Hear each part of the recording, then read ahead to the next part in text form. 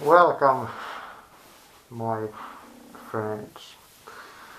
In this video, I'm going to talk about the subject that I have personally thought about for many years, and that subject is free will. What is free will? Do humans have free will? Well, this is one of those philosophical topics that has been thought about for almost for thousands of years, but it's still valid to this day. So what I have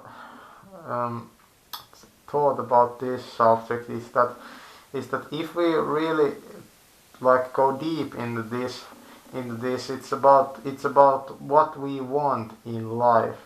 And what we want in life, can we really personally, can we choose it? If we can, then something like following your heart is real, it's real, it's not fake. But if we don't have free will, then following your heart is not really possible, or being yourself is not possible, because there's no self to be if you don't have free will. So this is the catch. It's really pretty major to think about these things, because it's really the way you think about this really separates if you believe that what you do is your action, or is it calibrated by some other entity that your action that wants you to act in some way. So free will, for example, if somebody else that wants that I speak about, that wants me to film a video about free will, then if I do it, is it my action? Well, kinda, it's my action, but it is initiated by the other person. So if it's initiated by the other person, it's not my free will. But is it the free will of the other person to initiate it? Why would she or he want me to talk about free will in this video? Why would he? And when we think about it, well, it's probably that some other person wants me to talk about free will in this video. You're starting to understand this. Where does the want start? Who does really want? What is the real purpose here, or something like that? Who starts this chain? And I'm pretty much at this point, would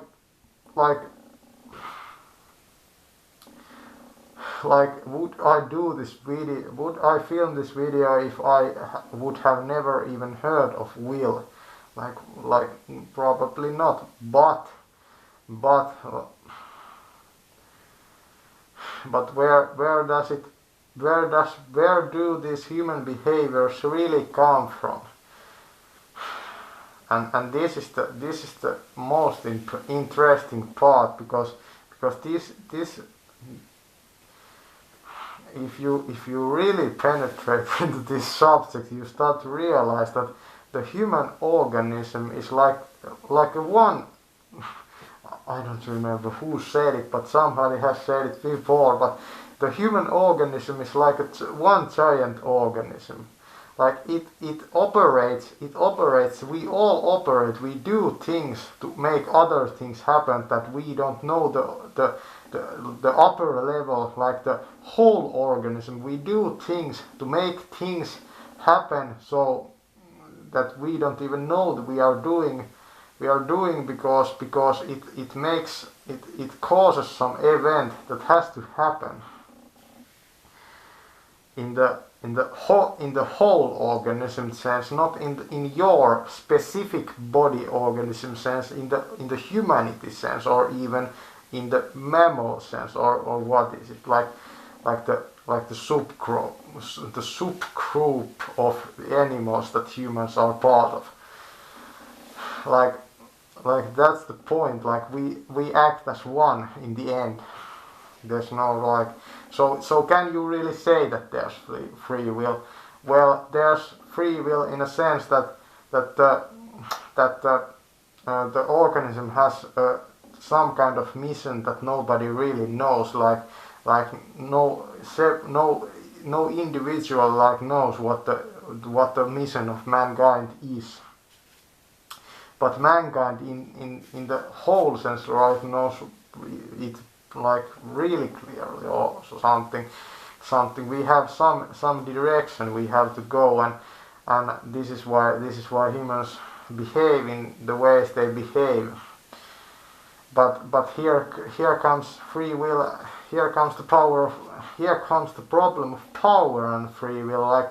Like if some person like for example Adolf Hitler, like if he wanted to kill the Jews, why did he want to kill the Jews? Was it his free will to kill the Jews, or was it implanted in his mind? If so, if the idea of that Jews were fucking bad, if it was implemented in Adolf's mind, then where did it came from? Well, I'm not really expert on these things, but if it came from somewhere else, the idea, then where did that idea came from to that person? Like, where did it start? Because if we go to the beginning, we realize that there's fucking no beginning to these things. Like, it didn't start anywhere, and that's the problem. Like, where did it start? What made people to want, like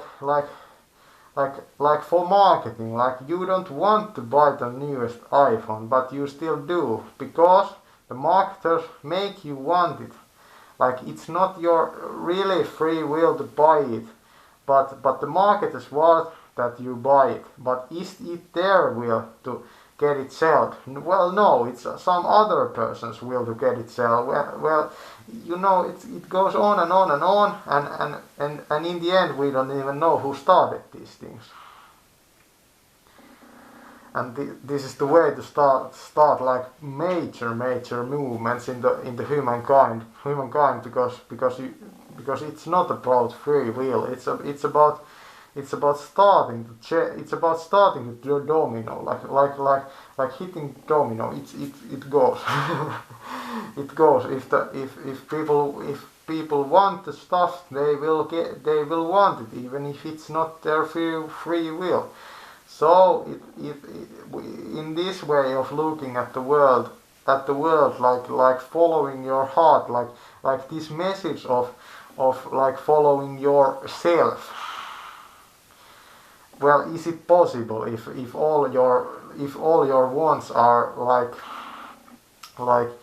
like calibrated from the outside? Well, it's not possible. Of course, it's not possible.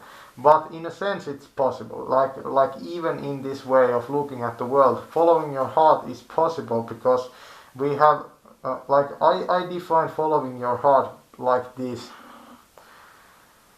We have certain things about ourselves. Like, for example, for me, like I want to be seen, so I make YouTube videos, but I don't want to be seen, so I wear a mask. But I want to be seen, so I paint, but I don't want to be seen. So there's this. I have these things. I have this like how can I say it? I have these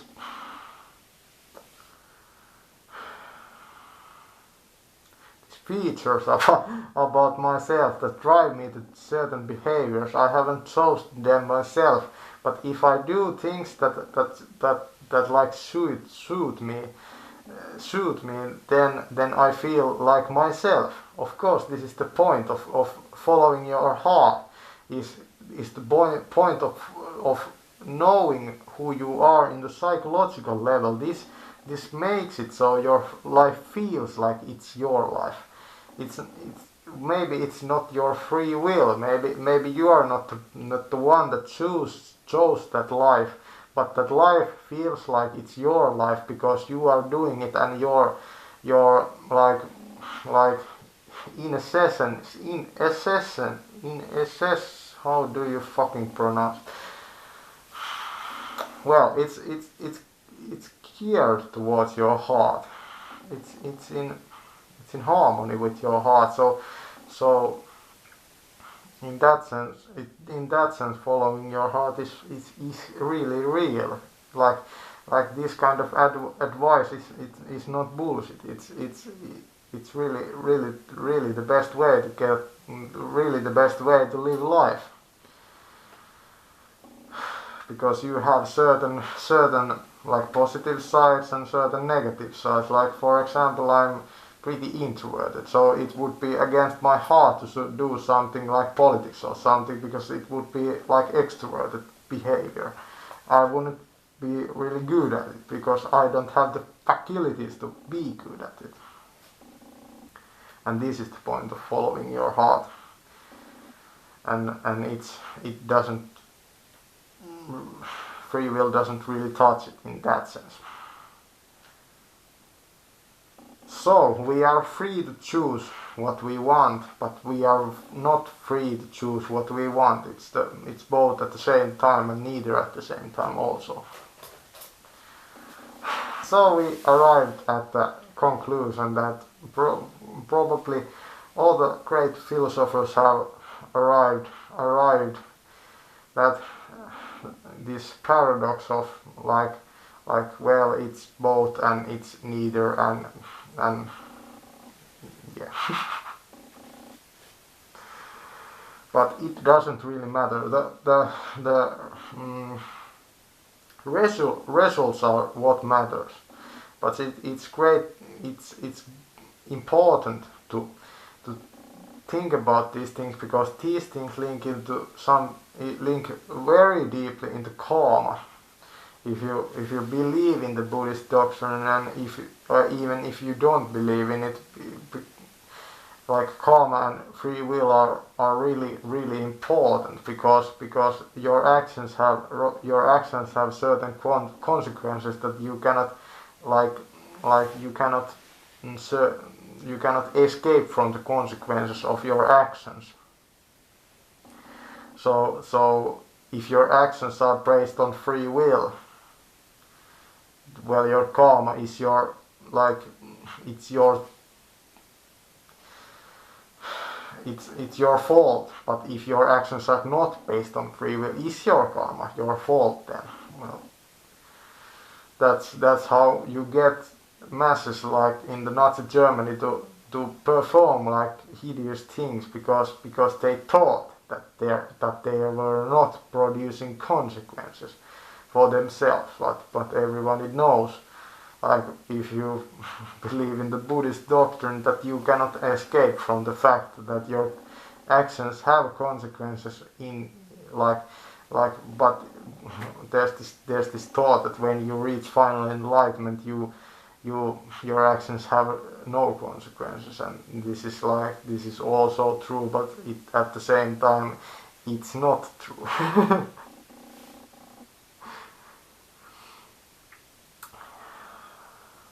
But that's another video. So thank you.